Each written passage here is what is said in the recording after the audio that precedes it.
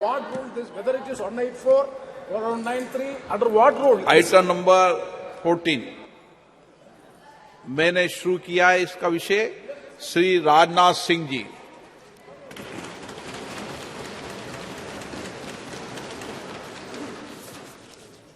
अध्यक्ष महोदय, इस गरिमामयी सदन में चंद्रयान 3 और आदित्य L1 की सफलता पर अपनी बात रखने के लिए आपने मुझे अवसर दिया है।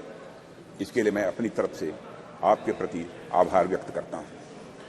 अध्यक्ष महोदय, चंद्रयान 3 की सफलता हमारे लिए निश्चित रूप से एक बहुत बड़ी उपलब्धि है, जैसा आपने भी अभी अपने संबोधन में कहा है, क्योंकि एक तरफ दुनिया के कई ऐसे विकसित देश हैं जो हमसे कहीं अधिक साधन संपन्न होते हुए भी चांद पर पहुंचने के लिए अब भी प्रयासरत हैं, तो वहीं दूसरी तरफ बेहद सीमित संसाधनों के से चांद के दक्षिण ध्रुव पर पहुंचने वाले हम दुनिया के पहले देश बन गए हैं। अध्यक्ष महोदय, मैं मानता हूं कि यह उन सभी लोगों के लिए गौरव का विषय है जो अपने राष्ट्र और राष्ट्र की उपलब्धियों पर गर्व करते हैं।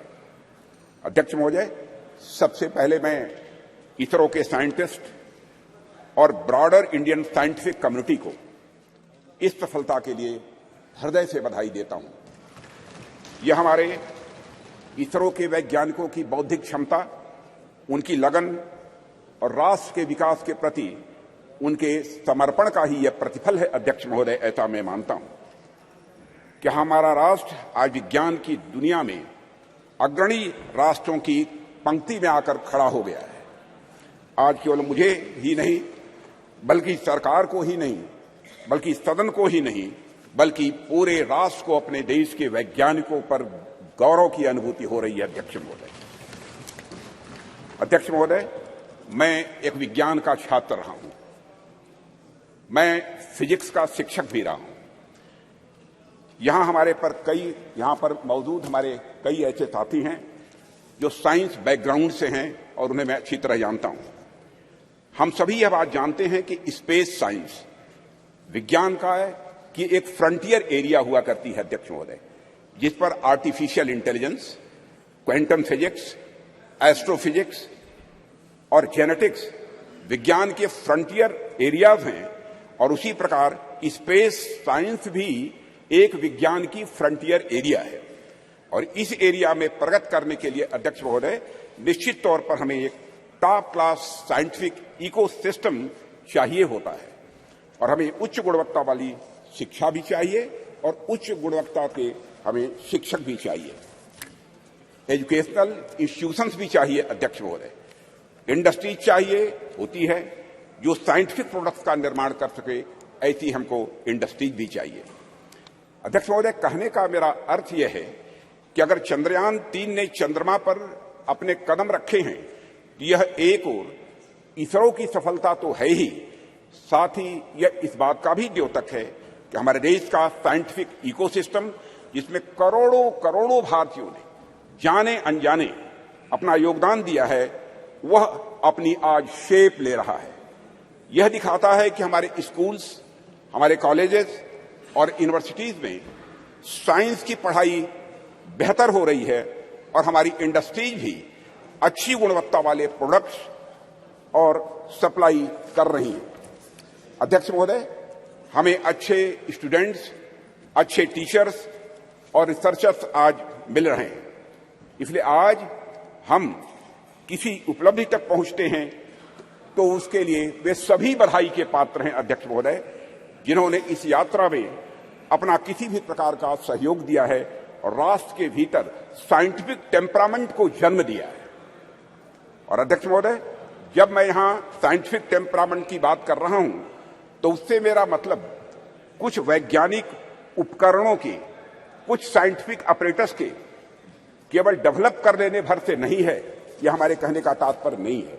साइंटिफिक टेम्परामेंट की यदि मैं बात कर रहा हूं, तो साइंटिफिक टेम्परामेंट से मेरा आशय यह है कि वैज्ञानिकता और तार्किकता, ये दोनों हमारी सोच में हो, वह हमारे बात और हमारे व्यवहार में हो, और वह हमारे स्वभाव में भी हो। आवश्यक नहीं हम जब विज्ञान का विषय पढ़ें तभी हम साइंस से दो चार हों, बल्कि हम आर्ट्स, म्यूजिक और साथ ही साथ एस्थेटिक्स भी पढ़ें तो हम उसमें भी साइंटिफिक अप्रोच रख सकें। मैं इस साइंटिफिक टेम्परामेंट की यहां पर अध्यक्ष महोदय बात कर रहा हूं और हम सब इस संबंध में बड़े भाग्यशाली हैं अध्यक्ष महोदय कि यह टेम्परामेंट प्राचीन काल से ही हम भारतवासियों को विरासत में मिला हुआ है। आप देखें, चाहे हमारे प्राचीन ग्रंथ वेद हों या फिर उपनिषद देख लें या फिर स्मृति ग्रंथ देख लें, सर्वत्र आपको विज्ञान या फिर विज्ञान से युक्त विचारों के दर्शन करने को मिलेंगे।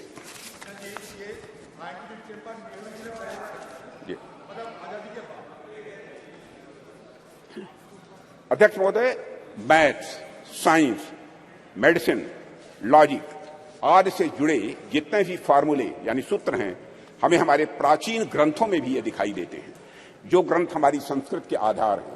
इनके मैं उदाहरण दे सकता हूं, लेकिन लंबा समय लगेगा अध्यक्ष महोदय, उस विस्तार में मैं नहीं जाना चाहता हूं। अध्यक्ष महोदय, कभी कभी कुछ लोगों द्वारा यह भी कहा जाता है और कुछ ऐसे लोग हमारे सदन में भी हो सकते हैं कि हमारी सांस्कृतिक विरासत और साइंटिफिक टेम्परामेंट के बीच विरोधाभास है। कुछ ऐसे भी मानने वाले लोग हमारे देश में हैं। यहां तक कहा जाने लगा कि अगर आप साइंटिफिक टेम्परामेंट के हैं तो आप पीपल की पूजा कैसे कर सकते हैं, आप नीम की पूजा कैसे कर सकते हैं, आप तालाब की पूजा कैसे कर सकते हैं, या फिर आप गाय को माता कैसे कह सकते हैं। अध्यक्ष महोदय, अगर आप वैज्ञानिक की तरफ सोचते हैं तो मूर्ति की पूजा कैसे कर सकते हैं, यह कहने वाले लोग हमारे देश में हैं। महोदय, बात तो यहां तक अब होने लगी है कि संस्कृत का विरोध करना, विरासत का विरोध करना, यह प्रगतिवाद यानी प्रोग्रेसिव होने का सूचक हो गया है।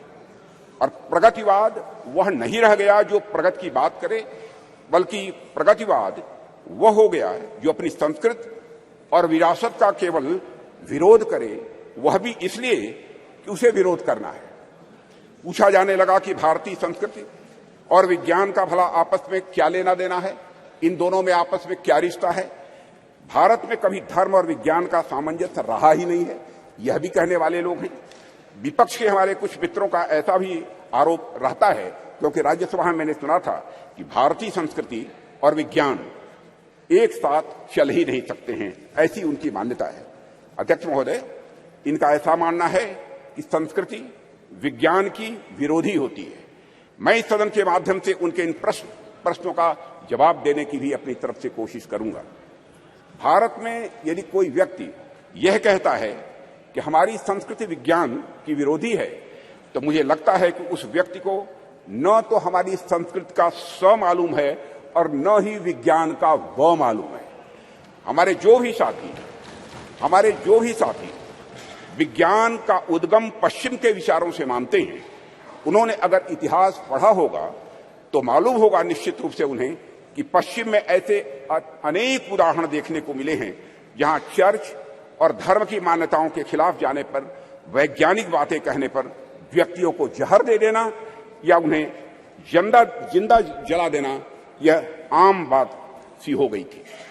अध्यक्ष महोदय, उनको अपने वैज्ञानिक विचार छिपाकर कहने पड़ते थे, पर आज से लगभग 2000 साल पहले आर्यभट्ट ने जब कहा था कि हमारी पृथ्वी अपने एक्सिस पर घूमती है, तो क्या उनका विरोध हुआ था?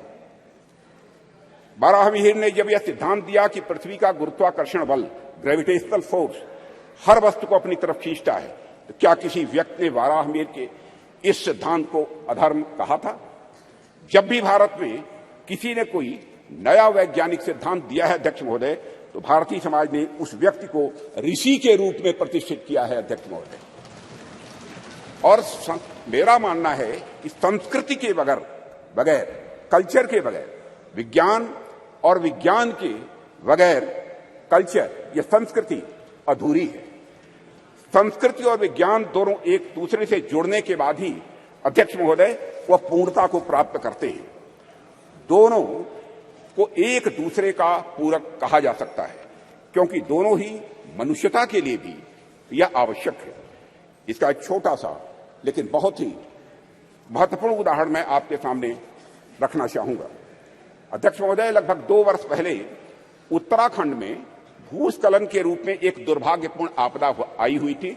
मैं समझता हूं कि सदन के सभी सम्मानित सदस्यों को इसकी जानकारी होगी, जिसके कारण एक सुरंग में हमारे कुछ मजदूर फंस गए थे। अब इससे निपटने के लिए यहां पर विज्ञान की भूमिका सामने आएगी। हमने सेंसर आदि के माध्यम से यह पता लगाया कि मजदूर सुरंग में कहां फंसे हुए हैं। उसके बाद हमने हेलीकॉप्टर से उन लोगों को वहां से निकालने में भी कामयाबी हासिल की।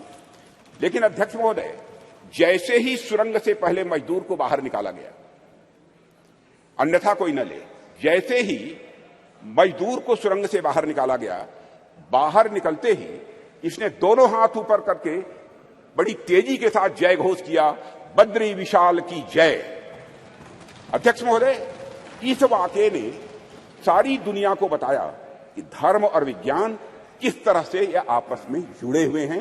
एक दूसरे से अलग नहीं है धर्म और विज्ञान, बल्कि यह एक दूसरे से जुड़े हुए हैं। निश्चित रूप से विज्ञान ने उस मजदूर को सुरंग से बाहर निकालने में, अध्यक्ष महोदय, बहुत बड़ी भूमिका निभाई है, इसमें कहीं दो मत नहीं है। लेकिन उन मजदूर बंधुओं को सुरंग के भीतर जिसने जिजीविषा की शक्ति प्रदान की, जिसने साहस प्रदान किया, जिसने मनोबल प्रदान किया, जिसने आखिरी समय तक प्रयास करते रहने की शक्ति प्रदान की, वह और कुछ नहीं, हमारा सांस्कृतिक विश्वास ही था अध्यक्ष महोदय, जिसने कि यह संबल उन्हें प्रदान किया। अध्यक्ष महोदय, वह हमारी कल्चर, वह हमारी संस्कृति ही थी जिसने सुरंग में फंसे उस मजदूर को यह भरोसा दिलाया कि वह इस संकट से बचकर निकल जाएगा, उसके ईश्वर इस संकट से उसे निकाल लेंगे, यह उसका विश्वास था, भरोसा था। अध्यक्ष महोदय, हमारी आस्था, हमारी संस्कृति इंक्लूसिव नेचर की है, समावेशी या स्वभाव की है। हमारा सांस्कृतिक राष्ट्रवाद हमें अखिल मानवता के बंधुत्व का पाठ पढ़ाता है। हम सबने देखा कि जियो पॉलिटिकल दृष्टि से काफी कठिन जो वैश्विक परिस्थितियों के बावजूद हम G20 समिट का हमारे प्रधानमंत्री नरेंद्र मोदी जी के नेतृत्व में हम सफल आयोजन कर सके एवं न्यू दिल्ली डिक्लेरेशन पर भी हम कंसेंसस जुटाने में पूरी तरह से कामयाब रहे। अध्यक्ष महोदय, इसके पीछे हमारे प्रधानमंत्री द्वारा हमारी प्राचीन ज्ञान परंपरा से दिया गया संदेश है, जिसमें पूरी मानवता को एक सूत्र में बांध दिया है। प्रधानमंत्री जी ने ही कहा था, one world, one family, one future. Bharat का यही विश्वास, भारत का यही बंधुत्व का भाव प्रधानमंत्री जी ने G20 की सफलता पर भी मुखरित किया, जब उन्होंने यह कहा था कि यह केवल भारत की सफलता नहीं है, बल्कि पूरे विश्व की यह सफलता है। अध्यक्ष महोदय, विज्ञान तो वैल्यू न्यूट्रल होता है। ये वैल्यू न्यूट्रल क्या है, मैं आगे इसको विस्तार में बताने की कोशिश करूंगा। चंद्रयान जैसे अंतरिक्ष यान हो, या परमाणु के भीतर छिपी शक्ति हो, या फिर DNA एडिटिंग की टेक्नोलॉजी हो, विज्ञान हमेशा यह मूल्य निरपेक्ष होता है, यानी वैल्यू न्यूट्रल होता है। विज्ञान हमें परमाणु शक्ति का ज्ञान दे सकता है अध्यक्ष महोदय, लेकिन वह संस्कृति ही है, वह कल्चर ही है जो हमें मार्ग दिखलाएगी उस परमाणु शक्ति का उपयोग हम ऊर्जा के रूप में स्वयं के विकास में करते हैं, या फिर हथियार के रूप में अन्य का विनाश करने में हम करते हैं। कहते हैं, with great power comes great responsibility. इसलिए जैसे जैसे हमारी शक्ति बढ़ती जाती है अध्यक्ष महोदय, वैसे वैसे हमारे संस्कारों का महत्व भी स्वाभाविक रूप से यह बढ़ता जाता है। प्रारंभ में मानव के पास बहुत सारे विकसित हथियार नहीं थे, ऐसे में यदि उससे कुछ नुकसान भी होता था तो बहुत बड़े पैमाने पर नहीं होता था। पर अध्यक्ष महोदय, आज जब मानव के पास परमाणु शक्ति आ गई है और मानव ने चंद्रमा तक पहुंचने के भी रास्ते खोज लिए हैं, तब ऐसी शक्तियों का दुरुपयोग भी उसी पैमाने पर संभव है। इस संभावना को भी नकारा नहीं जा सकता है। इसे मैं एक उदाहरण के माध्यम से इस सदन के समक्ष रखना चाहूंगा। अध्यक्ष महोदय, जब मैं जर्मन फिलॉसफर नीत्शे ने गॉड इज डेड कहकर अपने महामानव को सामाजिक नैतिकता से मुक्त किया, तो उसका नतीजा जर्मनी में नाजीवाद के कहर के रूप में प्रकट हुआ था। जर्मनी में हुए नरसंहार में मानवता को खत्म करने के लिए जो अपरेटस, जो उपकरण प्रयोग में लाए गए थे, जिन हथियारों या फिर जिन केमिकल्स का प्रयोग हुआ था, निश्चित रूप से वे सभी विज्ञान की ही देन थे अध्यक्ष महोदय। लेकिन नैतिकता और मानवीयता के गुणों के अभाव में उन सभी वैज्ञानिक खोजों का किस प्रकार दुरुपयोग हुआ, इसे हम सभी अच्छी तरह जानते हैं। सेकेंड वर्ल्ड वॉर में हिरोशिमा और नागासाकी पर जो बम गिराए गए थे, वह निश्चित ही विज्ञान की ही देन थे अध्यक्ष महोदय। वह विज्ञान की शक्ति के प्रतिनिधि थे, पर अभाव था तो धार्मिक शक्ति और नैतिक शक्ति का अभाव था। अगर उनके भीतर धार्मिक और नैतिक शक्तियां यह प्रबल होती तो इतिहास को इस काले कृत्य से बचाया जा सकता था अध्यक्ष महोदय। इसलिए विज्ञान कितनी भी प्रगति कर ले अध्यक्ष महोदय, विज्ञान चाहे कितनी भी प्रगति कर ले, वह संस्कृति और संस्कारों के बिना सदैव अधूरा रहेगा, ऐसी हमारी मान्यता है अध्यक्ष महोदय। जैसा कि मार्टिन लूथर किंग ने कहा है कि science gives man knowledge which is power, religion gives man wisdom which is control. अध्यक्ष महोदय, एक बात पर मैं समझता हूं कि ध्यान देने की हम सभी को जरूरत है कि जिस टेक्नोलॉजी का इस्तेमाल वैज्ञानिक किसी यान को चांद या मंगल पर भेजने के लिए करते हैं, कमोबेश उसी टेक्नोलॉजी का इस्तेमाल मिसाइल में भी काफी हद तक किया जाता है। पहला उपयोग मानवता के विकास में होता है अध्यक्ष महोदय, जबकि दूसरा उपयोग मानवता के विनाश में होता है। पर अपना अपना सबका इंटरेस्ट है, सबकी अपनी अपनी रुचि है कि कुछ राष्ट्रों का ध्यान पहले वाले उपयोग पर अधिक होता है और कुछ राष्ट्रों का ध्यान दूसरे वाले उपयोग पर अधिक होता है। अध्यक्ष महोदय, कई बार कुछ लोगों का यह भी आरोप रहता है, अब देश में ऑलरेडी जमीनी विकास के इतने कार्य करने के लिए पड़े हैं जिसमें रिसोर्सेज की जरूरत होती है, संसाधनों की जरूरत होती है, तो ऐसे में चंद्रयान जैसे मिशन भेजने की क्या आवश्यकता है। अध्यक्ष महोदय, इन प्रश्नों का भी जवाब मैं आपकी अनुमति से इस सदन के समक्ष रखना चाहूंगा। जब हम इस प्रकार के मिशन भेजते हैं या फिर हम किसी प्रकार की वैज्ञानिक प्रगति हम करते हैं, तो इसका जमीनी विकास से किसी भी प्रकार का विरोधाभास नहीं होता है। हम यदि स्पेस रिलेटेड कोई भी मिशन भेजते हैं तो बाहरी तौर पर दिखने में सिर्फ स्पेस से रिलेटेड यह लग सकता है हम सबको, लेकिन वास्तव में उसका प्रभाव आम जनमानस पर भी पड़ता है। इस सच्चाई को भी नकारा नहीं जा सकता है। अध्यक्ष महोदय, हमारे यह स्पेस प्रोग्राम्स भारत का तो नाम रोशन करते ही हैं, लेकिन साथ ही साथ इन मिशन का जो बहुआयामी उपयोग होता है उसका प्रभाव आम जनता के ऊपर भी बहुत ज्यादा पड़ता है। स्पेस मिशन हमें अनेक प्रकार से सहायता प्रदान करते हैं, जैसे यदि हम इसके माध्यम से रेनफॉल पैटर्न यानी वर्षा होने का जो पैटर्न है, इसका बेहतर प्रेडिक्शन यदि कर रहे हैं तो हमारे किसान बंधु बांधवों के लिए फायदेमंद हो रहा है। यदि हम इसके माध्यम से चक्रवात, साइक्लोन को यदि हम प्रेडिक्ट करते हैं तो हमारे कोस्टल एरियाज में रह रहे लोगों के लिए भी अध्यक्ष महोदय यह लाभदायक हो। इस प्रकार के प्रेडिक्शंस हमारे मछुआरों के लिए लाभदायक सिद्ध होंगे। यह तो मैंने एक दो उदाहरण केवल दिए हैं अध्यक्ष महोदय।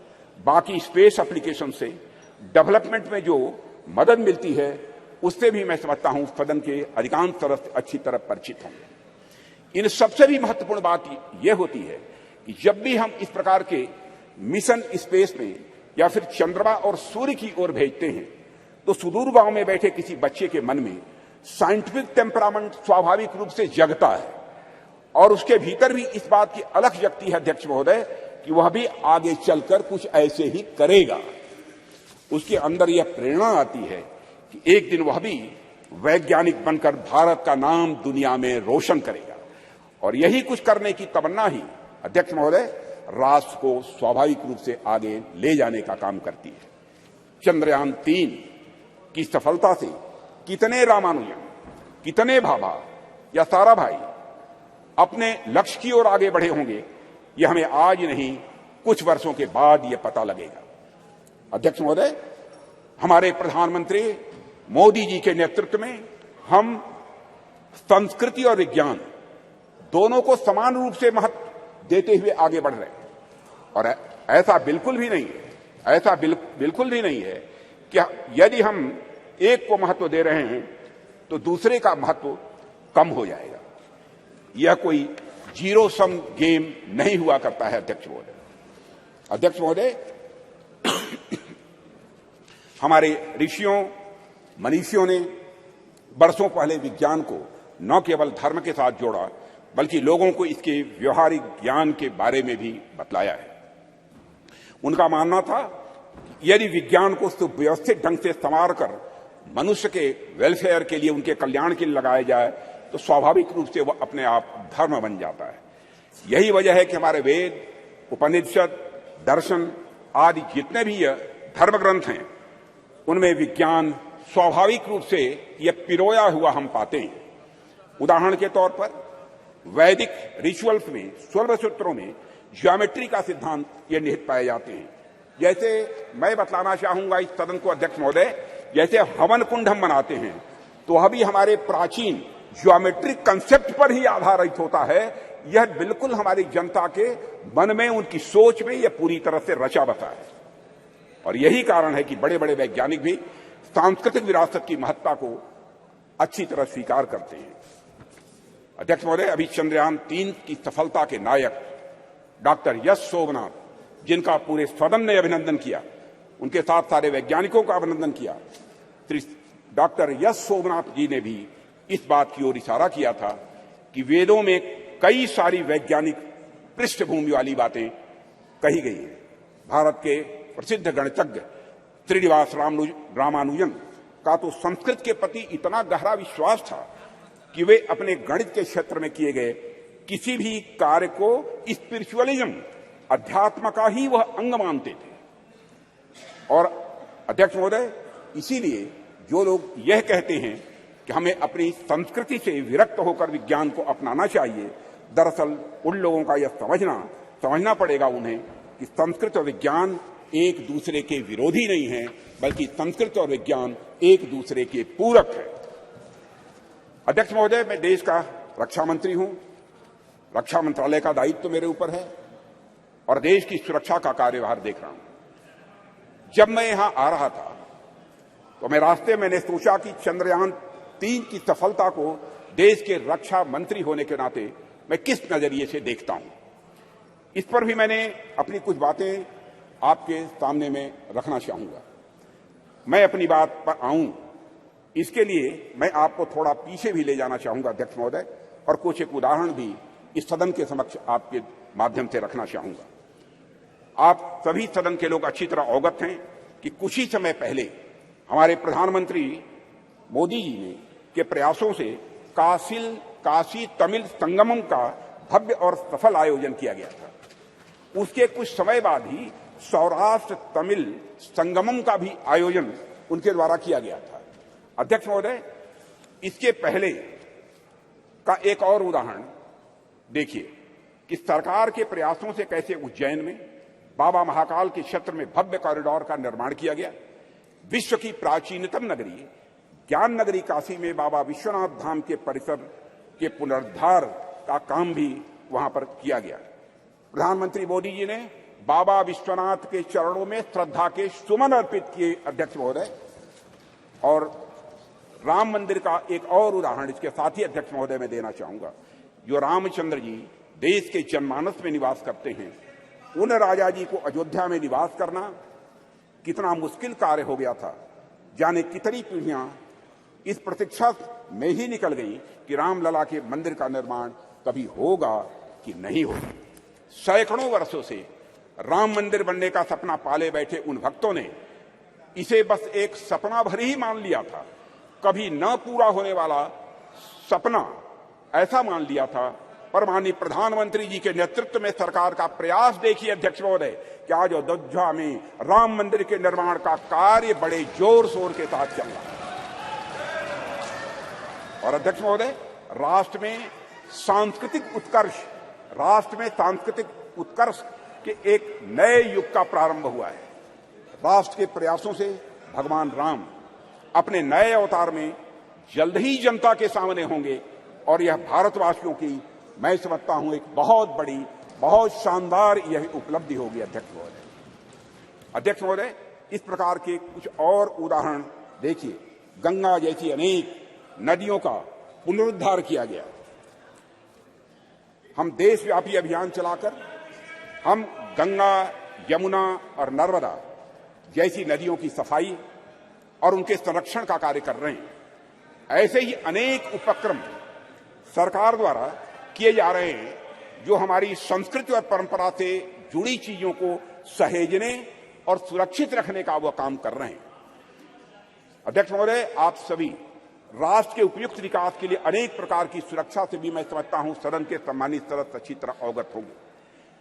आप सभी सीमा सुरक्षा, आर्थिक सुरक्षा, सामाजिक सुरक्षा, खाद्य सुरक्षा, ऊर्जा सुरक्षा और पर्यावरण सुरक्षा के बारे में, मैं समझता हूं, हम सभी समय समय पर चर्चा भी करते रहते हैं। अब तो पूरी हिम्मत है, पूरी हिम्मत है, पूरी हिम्मत है, पूरी हिम्मत है।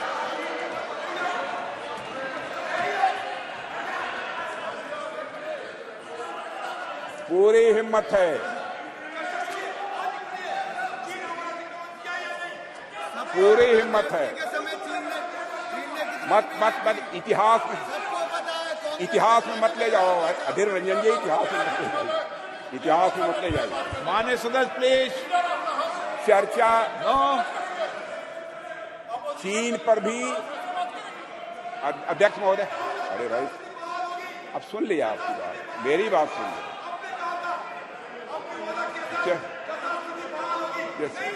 माननीय सदस्य आपको मौका देंगे जब आप बोलना, सबको पर्याप्त समय, पर्याप्त अवसर मिलेगा। और मैं बतलाना चाहता हूं अध्यक्ष महोदय, मैं बीच में कहीं पर अपने को डिबेट नहीं करना चाहता हूं। मैं चर्चा करने को तैयार हूं और सीना चौड़ा करके मैं चर्चा करने को तैयार हूं। अध्यक्ष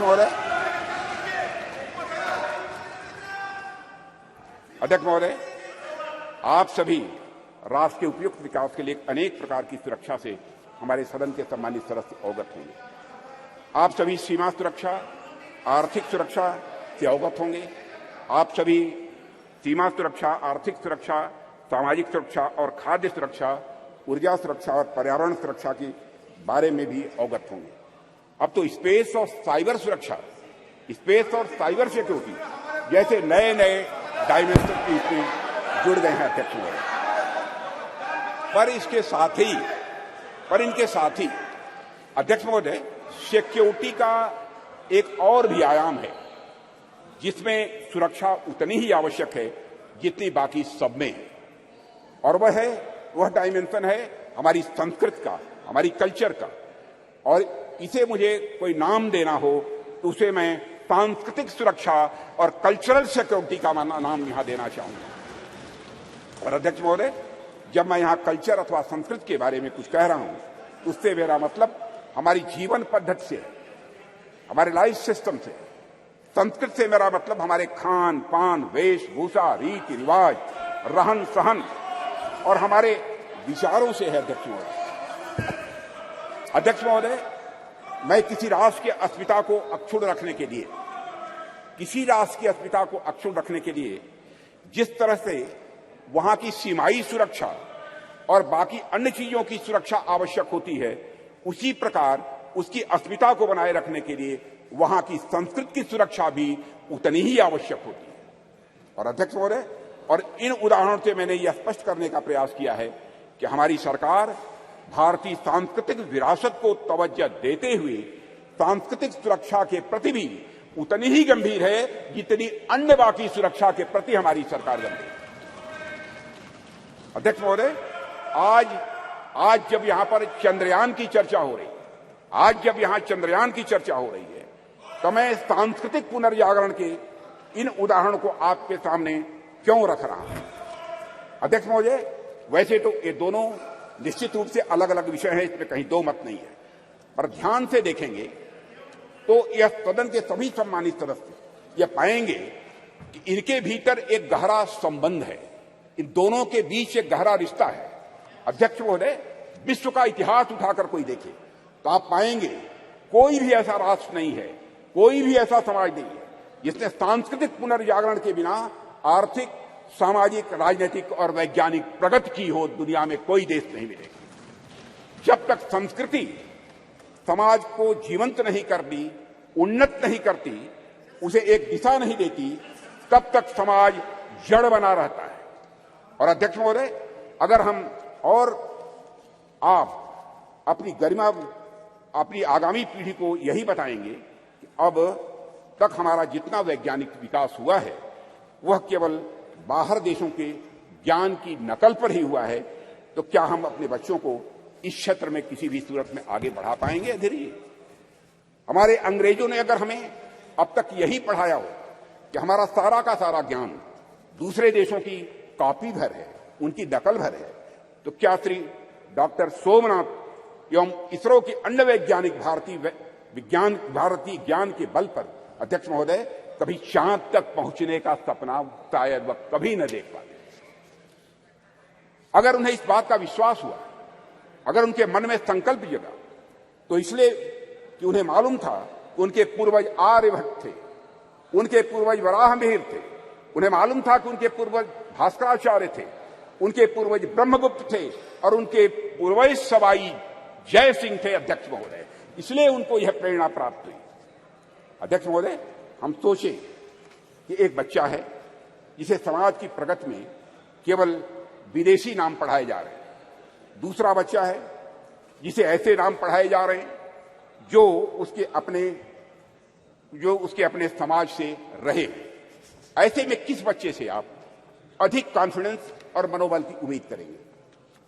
यह स्वाभाविक है अध्यक्ष महोदय कि वैसे तो मुझे बाहरी नामों से कोई इतराज नहीं है अध्यक्ष महोदय, ज्ञान विज्ञान में उनका भी महत्वपूर्ण योगदान है, यह भी मैं स्पष्ट करना चाहूंगा।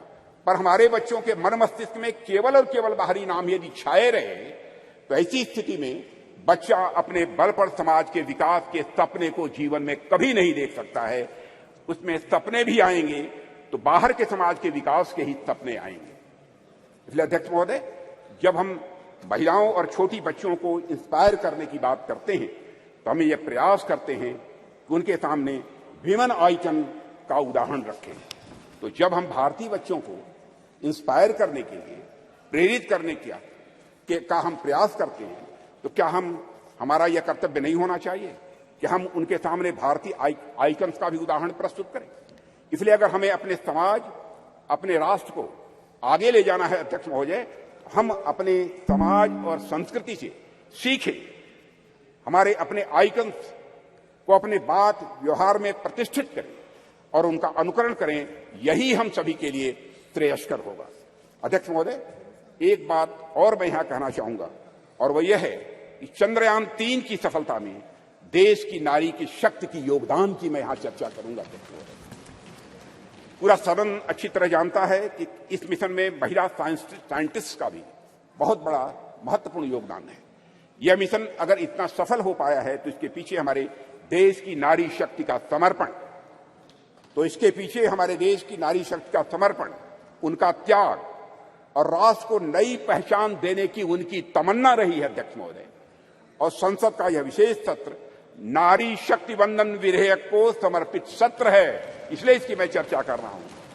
और ऐसे में मैं नारी शक्ति वंदन विधेयक को इसरो की महिला साइंटिस्ट और उनके साथ भारत की पूरी फीमेल साइंटिफिक कम्युनिटी को कृतज्ञ राष्ट्र की ओर से प्रस्तुत यह मैं उपहार के रूप में इसे मैं देखता हूं, नारी शक्ति वंदन को अध्यक्ष महोदय। और यह सदन और राष्ट्र इसरो की महिला साइंटिस्ट और हर भारतीय बेटी को यह नमन करता है, उनकी सराहना करता है और उनके प्रति कृतज्ञता प्रकट करता है अध्यक्ष महोदय। अध्यक्ष महोदय, अपनी बातों को सार रूप में मैं यहां रखना चाहूं तो यह है कि चंद्रयान 3 की सफलता कोई एक्सेप्शन नहीं है या कोई अपवाद नहीं है। यह सहस्राब्दियों से चली आ रही हमारी सामाजिक, हमारी सांस्कृतिक और वैज्ञानिक धारा का एक स्वाभाविक और सहज रूप से एक विकास है अध्यक्ष महोदय। इस सफलता के सूत्र हमारे अतीत में ही छिपे हैं, ऐसा अतीत जहां वैज्ञानिकता एक स्वभाव के रूप में विद्यमान थी हमारे यहां, जहां विज्ञान और आस्था के बीच एक पूर्ण सामंजस्य था। हालांकि विदेशी आक्रांताओं के चलते कुछ समय के लिए थोड़ा पिछड़ापन आ गया था, पर हम एक बार फिर से हुंकार भरते हुए पहले से भी अधिक ताकत के साथ उठ खड़े हुए हैं और सूरज, चांद, तारे अब हम छूने के लिए तैयार हैं और वहां पहुंच रहे हैं। अध्यक्ष महोदय, जिस देश में बुद्ध के देवता श्री गणेश प्रथम पूज्य हों, ओम श्री गणेशाय बोलकर ही हम कोई काम प्रारंभ करते हैं, एवं विद्या की देवी सरस्वती प्रथम आराध्या हों, वह देश तो स्वाभाविक रूप से साइंटिफिक टेम्परामेंट को आत्मसात करते हुए सदैव एक नॉलेज सोसाइटी रहा है। हमारे यहां कहा गया है तेजस्विनावधीतमस्तु, यानी may what we study be representative, कि प्रार्थना करने वाले भारतीयों को सिर्फ चंद्रयान तक ही नहीं रुकना है अध्यक्ष महोदय, बल्कि उसके आगे जाना है। अभी अंतरिक्ष में अनेक लक्ष्य हमारा इंतजार कर रहे हैं। अभी हम भारतीयों को कई मानदंड यहां स्थापित करने हैं। अध्यक्ष महोदय, मैं अपने वैज्ञानिकों की कामयाबी की एक दो और चर्चा करके अपनी बात यहां समाप्त करना चाहूंगा। अध्यक्ष महोदय, भारत द्वारा हमारे वैज्ञानिकों का करिश्मा देखिए। भारत द्वारा अब तक लॉन्च किए गए 424 विदेशी उपग्रह, इनमें से 389 424 में से 389 आउट ऑफ 424 जितने भी हमारे विदेशी उपग्रह हैं, उसमें 389 प्रधानमंत्री श्री नरेंद्र मोदी के नेतृत्व वाली सरकार के पिछले 9 वर्षों में लॉन्च किए गए हैं अध्यक्ष महोदय। और विदेशी उपग्रहों के सफल प्रक्षेपण के साथ भारत का अंतरिक्ष क्षेत्र दुनिया में बहुत तेजी से एक प्रमुख स्थान हासिल कर रहा है। भारत द्वारा अब तक लॉन्च किए गए 424 विदेशी उपग्रहों में से 389 प्रधानमंत्री श्री नरेंद्र मोदी की नेतृत्व वाली सरकार के पिछले 9 वर्ष में लॉन्च किए गए थे। इसके अलावा अध्यक्ष महोदय 174 मिलियन अमेरिकी डॉलर में से 157 मिलियन की कमाई पिछले 9 वर्षों में हुई, और इसी तरह अब तक की अर्जित 256 मिलियन यूरो में से 223 मिलियन मोदी शासन के 9 वर्षों के दौरान आए हैं। अध्यक्ष महोदय, यह भी मैं सदन की जानकारी में यहां लाना चाहता हूं। एक बार अध्यक्ष महोदय, मैं फिर अपने वैज्ञानिक समुदाय को बधाई देता हूं और आशा करता हूं कि जल्द ही हम नए मिशनों को भी अंजाम देंगे, आगे नए मिशनों को भी हम अंजाम देंगे, ऐसा मेरा पक्का विश्वास है, समस्त देशवासियों का विश्वास है। अध्यक्ष जी, अभी तो यह शुरुआत ही है, आने वाले समय में हमारा हाथ मंगल और शनि तक भी पहुंचेंगे और हमारा देश वहां भी अपना परचम लहराएगा अध्यक्ष महोदय, जहां अब तक कोई नहीं पहुंच पाया है। इन्हीं शब्दों के साथ मैं अपनी वाणी को विराम देता हूं और सदन की ओर से राष्ट्र के वैज्ञानिकों